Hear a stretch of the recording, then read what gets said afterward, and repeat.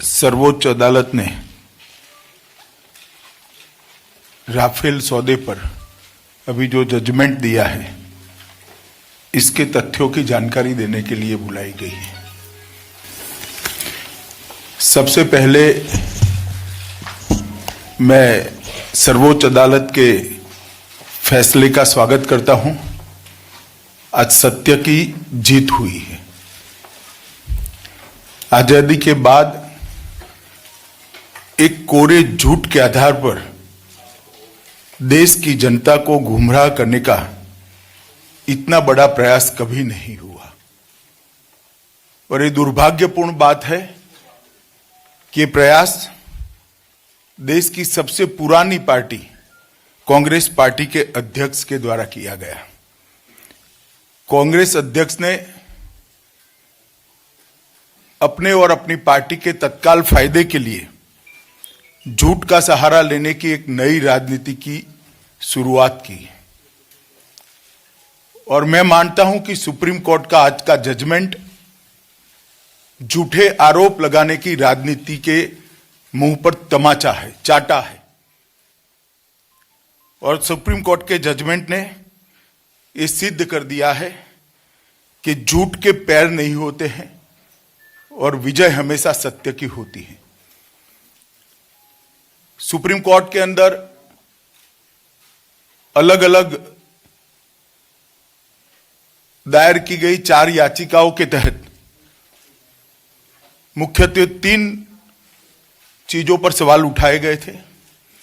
निर्णय प्रक्रिया के बारे में, प्राइस के इश्यू के बारे में और अंतिम चॉइस ऑफ ऑफसेट पार्टनर के बारे में भी सवाल उठाए गए थे।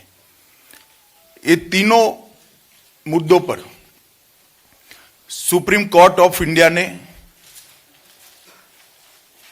चीफ जस्टिस ऑफ इंडिया की अध्यक्षता वाली 3 जजों की बेंच ने बहुत स्पष्टता पूर्वक अपना आदेश आज सुप्रीम कोर्ट के ओपन कोर्ट में सुनाया है।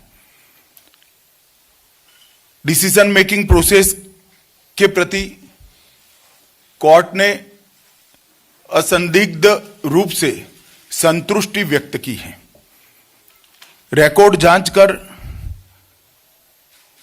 रिकॉर्ड की डिटेल जांच कर सुप्रीम कोर्ट ने उसको सेटिस्फाइड करने की मांग को ठुकरा दिया है।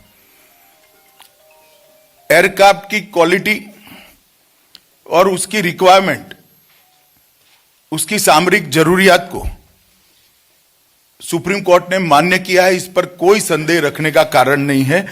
इसको कहा गया है, यह भी कहा है कि पड़ोसी देश जब 4th जनरेशन और 5th जनरेशन के एयरक्राफ्ट से पड़ोसी देशों की वायुसेनाएं सुसज्ज हो, तब भारत के लिए देरी देश हित में नहीं होगी और इसको रोका नहीं जा सकता। ऐसा कर ये मांग को खारिज किया है। जहां तक प्राइसिंग का सवाल है, एक कोट में कहना चाहता हूं, it is financial advantage to nation. Price के डिटेल को सुप्रीम कोर्ट ने कहा है कि हमने डिटेल में जांचा है। अधिकारियों ने बताया है कि देश को इससे आर्थिक फायदा हुआ है, जिससे सुप्रीम कोर्ट की सहमति व्यक्त हुई। और प्राइसिंग के मुद्दे पर भी उन्होंने कहा है इस पर कोई जांच की जरूरत सुप्रीम कोर्ट नहीं मानती है। ऑफसेट पार्टनर के लिए बड़े हो हल्ले मचाए गए।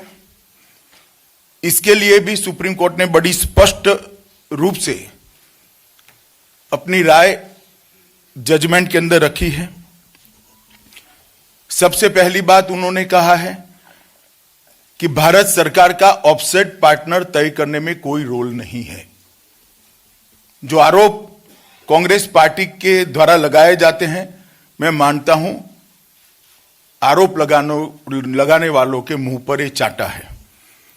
दूसरा कहा है, the court held that this is not a case of commercial favouritism by government of India. किसी को आर्थिक फायदा पहुंचाने का कोई भी तथ्य सामने नहीं आया है। इससे भी सारे के सारे आरोप निरस्त होते हैं। अंत में उन्होंने कहा है, अखबारी निवेदनों के आधार पर और बनाए गए परसेप्शन के आधार पर कोर्ट कोई फैसला नहीं कर सकती। कोर्ट तथ्य के आधार पर आगे बढ़ सकती है और इसलिए कोर्ट को इसमें दखल करने का कोई जरूरियत नहीं लगती है। जिन लोगों ने भी इस मामले पर अब तक देश की जनता को गुमराह करने का प्रयास किया है, मुख्यत्वे कांग्रेस अध्यक्ष श्री राहुल गांधी जी ने देश की जनता की और देश की सेना की माफी मांगनी चाहिए कि उन्होंने सेना के जवानों के अंदर संदेह खड़ा करने का भी प्रयास किया है और देश की जनता को भी गुमराह करने का प्रयास किया है। देश की सुरक्षा के लिए जरूरी एयरक्राफ्ट खरीदने की प्रक्रिया को रोककर देश की सुरक्षा को भी उन्होंने खतरे में डालने का प्रयास किया है। इसलिए श्री राहुल गांधी जी ने देश की जनता से माफी मांगनी चाहिए। मैं जब सुप्रीम कोर्ट ने इतना सारा स्पष्ट कर दिया है तो मैं श्री राहुल गांधी जी को कुछ सवाल आज पूछना चाहता हूं कि इन्होंने जितनी भी बातें जनता के सामने कही, इसका सोर्स ऑफ इंफॉर्मेशन क्या था वो उन्होंने देश को बताना चाहिए। आपको इंफॉर्मेशन कौन देता था? किसकी सूचना के आधार पर आप इतने बड़े आरोप लगाते थे? आपका सोर्स ऑफ इंफॉर्मेशन कौन है? वो देश की जनता जानना चाहती है। राहुल गांधी जी ने उसको बताना चाहिए। दूसरा, जब आपकी सरकार थी 2001 में भारतीय वायुसेना ने एयरक्राफ्ट की रिक्वायरमेंट रख दी थी। 2004 से प्रोसीजर शुरू हुआ था। 2007 से आपने प्रोसीजर को फाइनल करने की शुरुआत की। 2007 से 2014 तक ये सौदा क्यों फाइनल नहीं हुआ?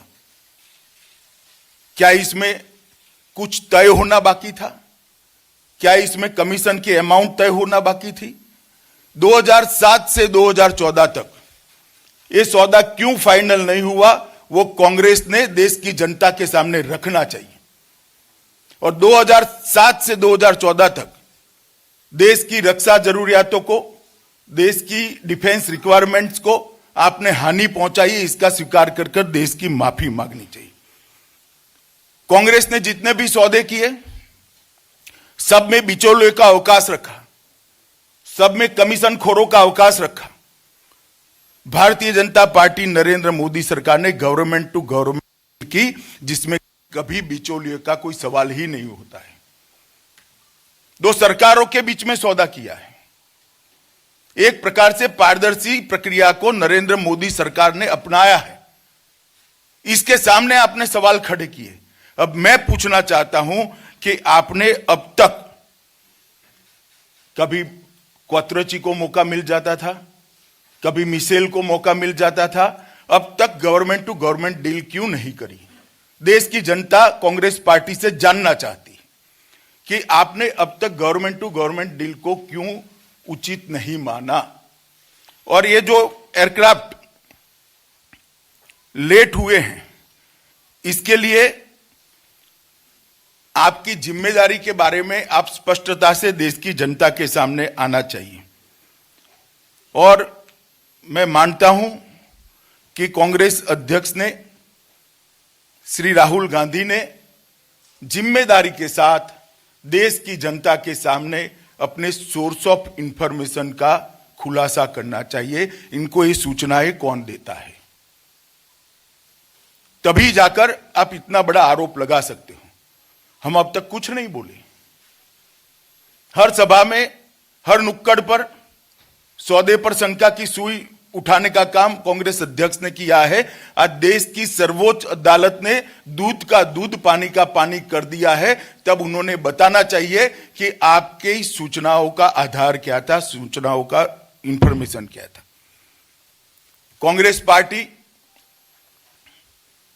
जब से सत्ता में रहती है तब घपले, घोटाले, करप्शन, स्कीम्स, इसकी एक लड़ी जुड़ती है। 10 साल में 12 लाख करोड़ के घपले घोटाले करने वाली कांग्रेस पार्टी जब भारतीय जनता पार्टी और हमारे प्रधानमंत्री जी पर आरोप करती है, तब पहले उन्होंने उनकी विश्वसनीयता और अपने गिरेबान में झांकना चाहिए। मित्रों, मैं मानता हूं कि सब चोर इकट्ठा होकर चौकीदार को चोर चोर बूम लगाने लगे तो जनता कभी नहीं मानेगी कि चौकीदार चोर है। आज सिद्ध हो गया है, चोर की बूम वही लगाते हैं जिनको चौकीदार का भय है। आज ये साबित हो गया है कि बूम लगाने का कारण, चिल्लाने का कारण इनके अंदर का भय है। और राहुल गांधी जी को मैं एक सलाह भी देना चाहता हूं कि सूरज के सामने कितनी भी मिट्टी उछाल लो, कीचड़ उछाल लो, स्वयं पर ही गिरती है। सूर्य का तेज कभी भी कम नहीं होता है। इस बात को नसीहत माने और आगे आने वाले दिनों के अंदर ऐसी बचकाना स्टाइल के आरोपों से बचते रहे तो शायद उनकी विश्वसनीयता बढ़ाने में उनको थोड़ी मदद मिलेगी। मैं फिर से मीडिया के मित्रों को कहना चाहता हूं, मीडिया का भी दायित्व है। बहुत लंबे समय तक एक गलत आरोप को कांग्रेस बार बार बार बार बार बार रिपीट करती रही है। आज मैं शार्प क्वेश्चन उनको पूछना चाहता हूं कि आपने 2007 से 2014 तक के डील को कंप्लीट क्यों नहीं किया? क्या कारण थे कि डील कंप्लीट नहीं हो पाई? आपने गवर्नमेंट टू गवर्नमेंट डील क्यों नहीं की? और तीसरा, आपका सोर्स ऑफ इंफॉर्मेशन क्या है? वो आपने